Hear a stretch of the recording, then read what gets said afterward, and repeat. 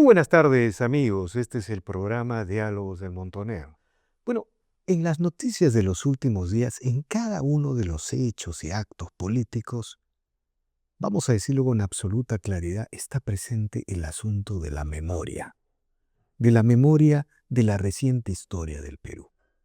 Y el asunto está vinculado a la violencia política, la- el terror, el comunismo terrorista, la polarización política. Esta construcción de fujimorismo versus antifujimorismo. Por ejemplo, el señor Jorge Nieto, un candidato de la izquierda, marxista, se reúne con la señora Keiko Fujimori y señala la liberación de Castillo es una condición para superar la polarización. Cuando uno aborda las cosas así, uno está viendo el efecto, no la causa.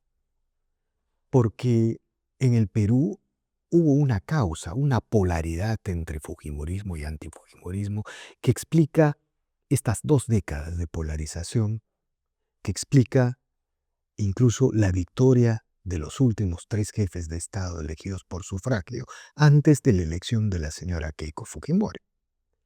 Pero, ¿cuál es la raíz de esa polarización que ha envenenado a la sociedad peruana? Que ha enfermado a la sociedad peruana porque, a mi entender, cuando uno elige al peor candidato, al menos preparado, esa sociedad tiene que tener alguna explicación.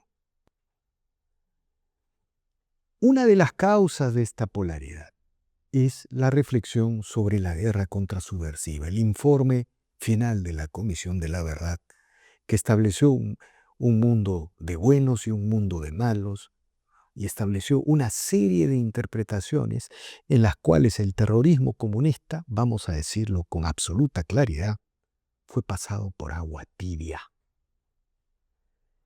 Y el diagnóstico y el análisis de este fenómeno, que afectó fundamentalmente a la sociedad peruana, todavía no se ha abarcado. Por eso es importante la memoria. Tenemos que dar un gran debate, recuperar la memoria.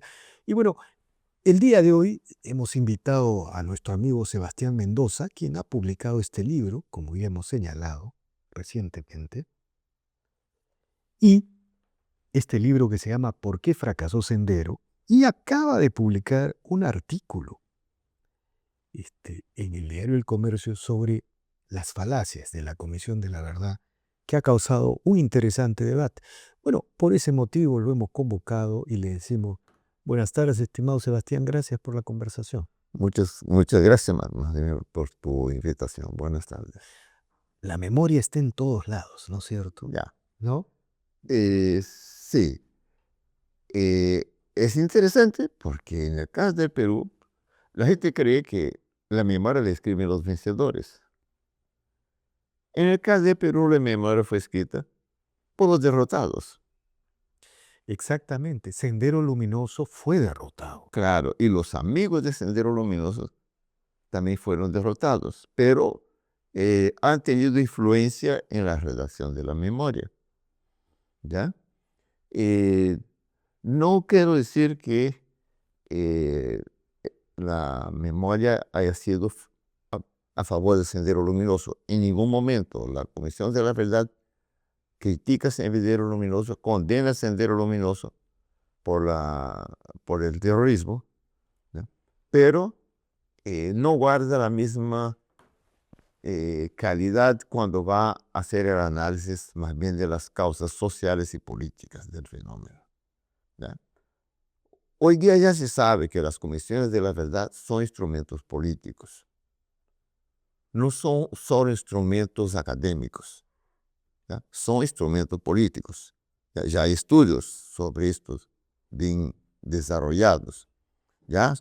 Desde 1970 hasta hoy, ya 50 años. Entonces sí ya entiende el carácter político de las comisiones de la verdad. Es que la memoria tiene un enorme efecto en el presente y en el futuro, aunque parezca mentira. Mira, es otro tema, ¿no? No vamos a tratar. La leyenda negra sobre el virreinato español. Ya. Yo que he estudiado ese tema, toda todo el derrumbe de Hispanoamérica, posteriormente a las famosas independencias que todos celebramos, tiene su explicación también en la leyenda negra, porque nos quitaron el orgullo nacional, nos quitaron, digamos, a los países hispanoamericanos le quitaron el orgullo nacional, las victorias y las grandezas. Pero en fin, eso es lo que ha hecho esta memoria Ya. de las últimas décadas sobre la violencia contrasubversiva, sobre el triunfo sobre el terrorismo comunista. En realidad fue la primera gran guerra nacional que ganó el Perú. Bueno, en el siglo XX sí, en el siglo XIX no, porque Perú conquistó la independencia. Bueno, ese es otro, sí, pero digamos, en la última, digamos, a lo que me refiero en la última gran gesta nacional, eso Sí. la guerra con la independencia, incluso hay historiadores que dicen que el mundo andino no participó, en la guerra con Chile igual, en la guerra con Ecuador, por esa fractura entre mundo andino y mundo criollo. Esta guerra o esta lucha contra el terrorismo comunista fue la primera vez en que el mundo criollo y el mundo andino se unificaron. Ya. Es bien interesante. La victoria del Perú sobre el terrorismo de Sendero Luminoso es un hecho extraordinario. Es un hecho extraordinario que debería estar siendo celebrado. Debería ser motivo de orgullo de los peruanos por lo que hicieron al derrotar Sendero Luminoso.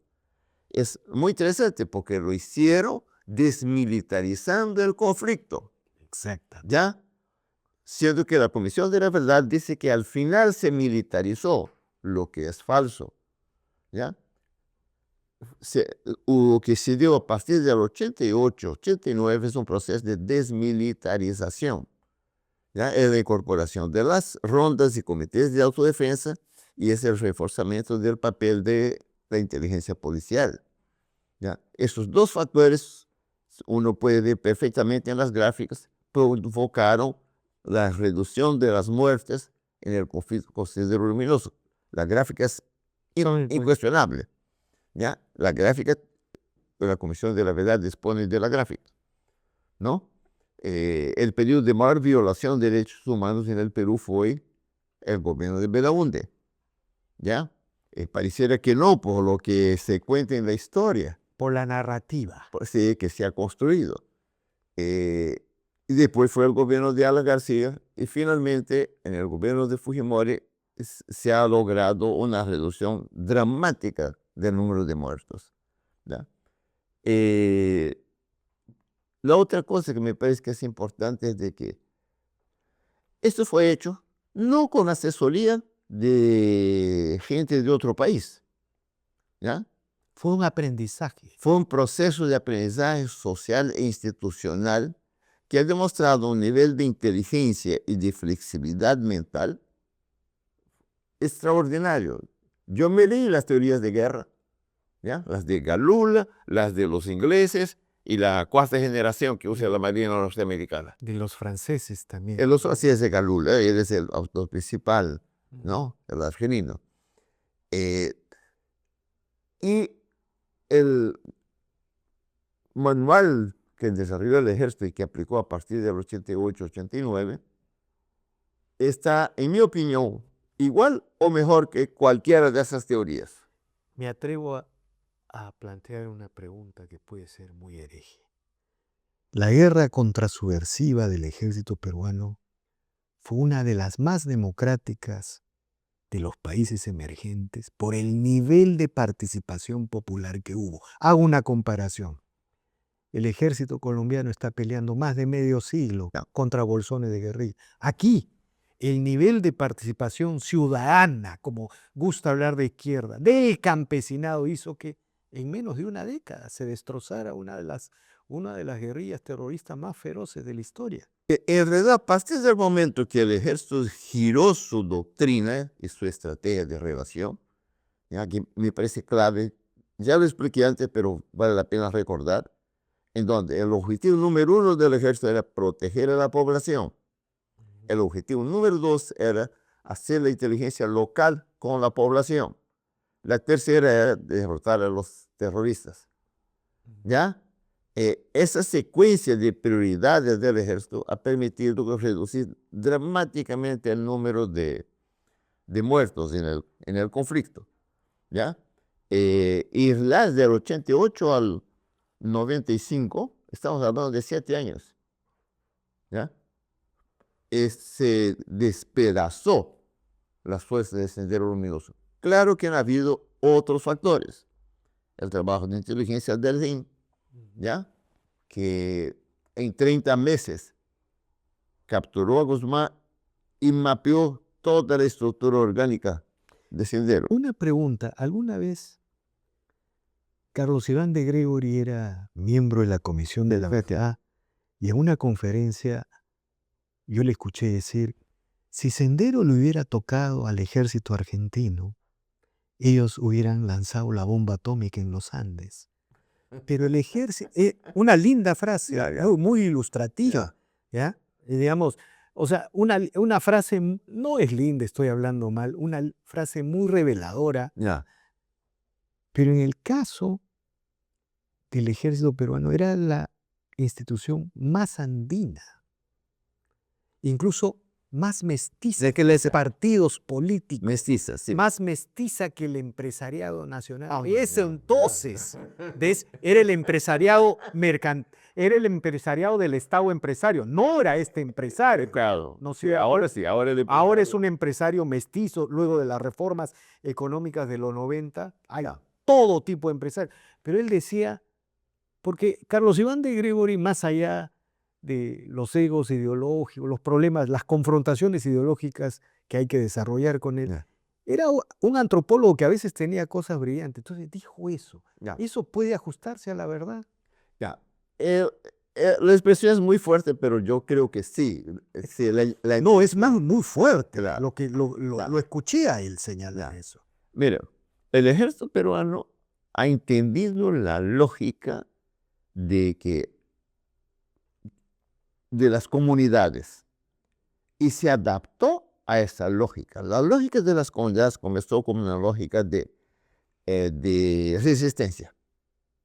Así comenzó. ¿Ya? Él no tenía armas, él no tenía formas de combatir a Sendero Luminoso, y Sendero Luminoso tenía por práctica la masacre. ¿No?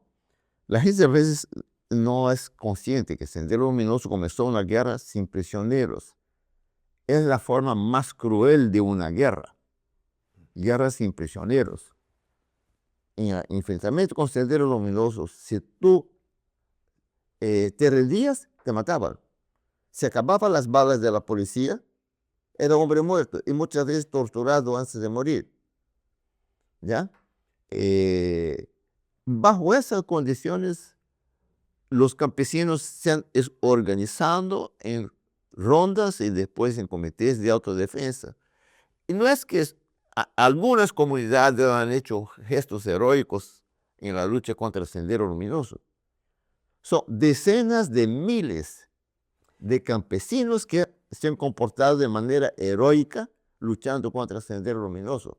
Y yo no veo ese heroísmo organizado en sociedad civil, porque las comunidades, las rondas campesinas es un órgano de la sociedad civil, ¿ya? Organizados en sociedad civil, decidieron enfrentarse a Sendero Luminoso. Y digamos, en realidad, cuando estás describiendo estas cosas, nos estás comentando un nuevo paradigma de la estrategia contrasubversiva en el mundo. En realidad estamos hablando de esas cosas. Has hablado de los manuales, ¿no? Sí, los manuales. El del ejército británico y ahora de la Marina Norteamericana. Y cuando yo recuerdo la operación Chavín de Huántar, que también ha sido velada, escondida, como gesta. Sí. Entonces, la memoria nos ha quitado todos los logros nacionales, los grandes logros, los pocos y únicos grandes logros nacionales que hemos tenido. Recién el Perú empieza a ser una nación con estos hechos. No, mira, un capital clave de toda la nación, es su memoria histórica. Ese es un patrimonio fundamental de toda la nación. No existe nación que no tenga una memoria histórica. Y la memoria histórica define la identidad del grupo, define su pasado, define sus valores y define sus fuentes de orgullo. ¿Ya? Eso es fundamental. Lo que creo que merece discusión no son solo los aciertos y errores del informe de la Comisión de la Verdad, sino el tipo de memoria histórica que ha buscado construir. Pero, digamos, acaba de publicar un artículo que se llama Los 10 pecados capitales de la Comisión de la Verdad y Reconciliación. Sí. Este artículo ha causado una histeria en sectores académicos, en sectores de la izquierda. Entonces, ya planteada esta introducción, yo te diría, ¿cuáles son esos 10 errores capitales que tú señalas con propiedad en este artículo y ha desatado un vendaval? Ajá. Realmente se han molestado mucho. Antes de tratar los artículos, Los 10 puntos. los 10 puntos. El texto de la Comisión de la Verdad, el informe de la Comisión de la Verdad, no es un texto sagrado. Es un texto escrito por intelectuales. ¿Sabes? No es una revelación bíblica como, No es una revelación. como quiere el progresismo y que Ya. quiere convertirlo en parte de la currícula de las escuelas y de la academia. Y quiere construir una hermenéutica en donde hay los sacerdotes encargados de interpretar el texto sagrado. Ya es una religión profana, pues. Por lo menos una imitación. ¿Ya? Y parece que se han incomodado que yo haya hecho una crítica. La primera crítica fue de que no entendieron el fenómeno. ¿Ya? No entendieron y yo he escrito un artículo que voy a publicar explicando por qué no entendieron. ¿Ya? Para comenzar, lo que interesa de la Comisión de la Verdad son sus informes conclusivos. ¿Ya? Porque las comisiones de la verdad son instrumentos políticos y de herramienta política son los informes conclusivos. Hay dos. ¿Ya?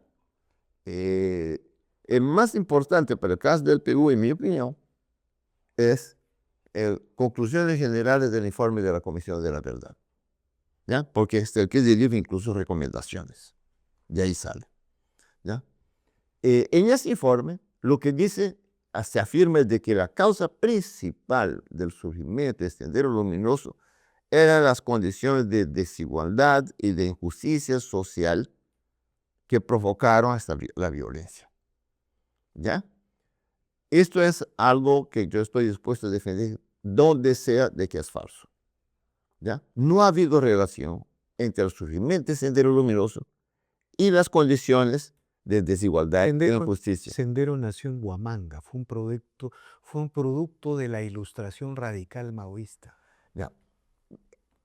Nace dentro de la Universidad San Cristóbal de Huamanga, ¿ya? Porque en la Universidad San Cristóbal de Huamanga había un movimiento marxista particularmente radical y el rector era marxista. Claro. Y el rector entregó a Bimer Guzmán todos los poderes. La cantidad de poder que acumuló Guzmán desde la universidad fue absolutamente extraordinario, ¿no?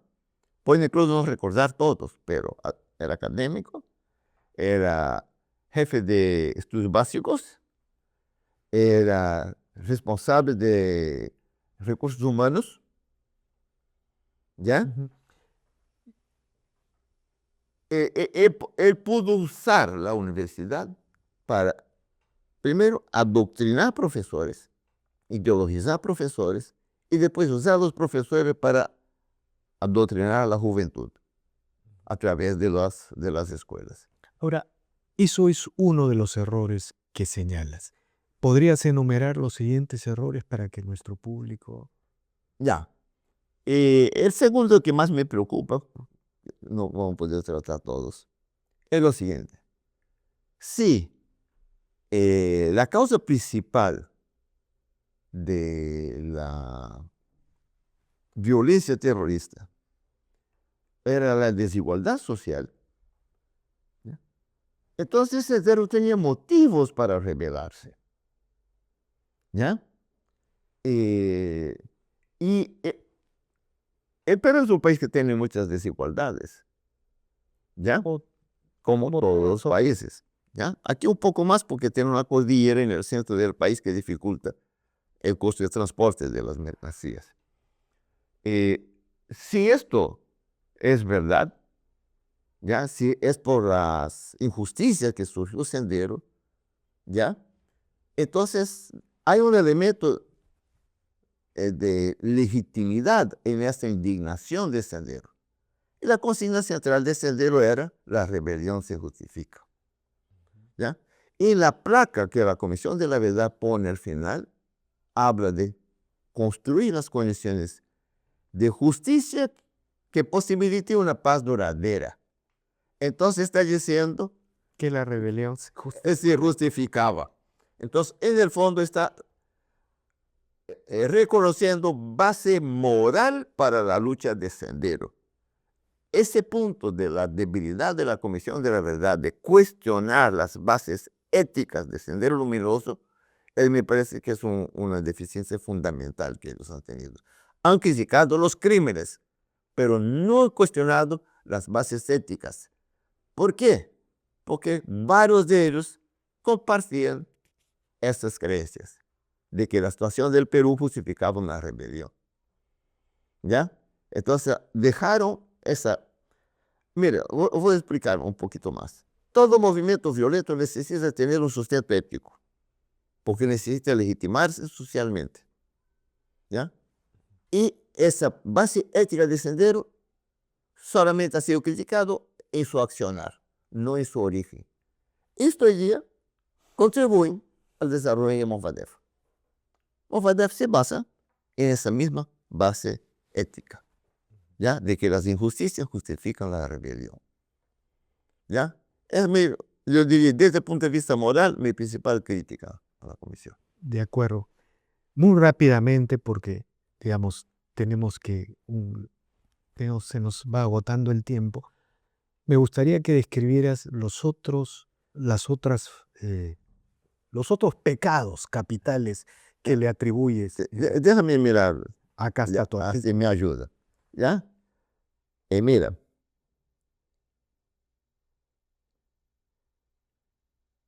el tema de la violación de los derechos humanos. ¿Ya? Se habla de violación sistemática de derechos humanos. Correcto. Es una política de Estado. Ya. No son casos excepcionales. Lo que no está claro en el informe de la Comisión de la Verdad en ningún momento es que la fuente de violación sistemática de derechos humanos en ese país era Sendero Luminoso, uno, y que la única forma de acabar con la violación sistemática de derechos humanos en el Perú era destruir el Sendero Luminoso. ¿Y qué es destruir el Sendero Luminoso? Las Fuerzas Armadas y Policiales y las rondas campesinas.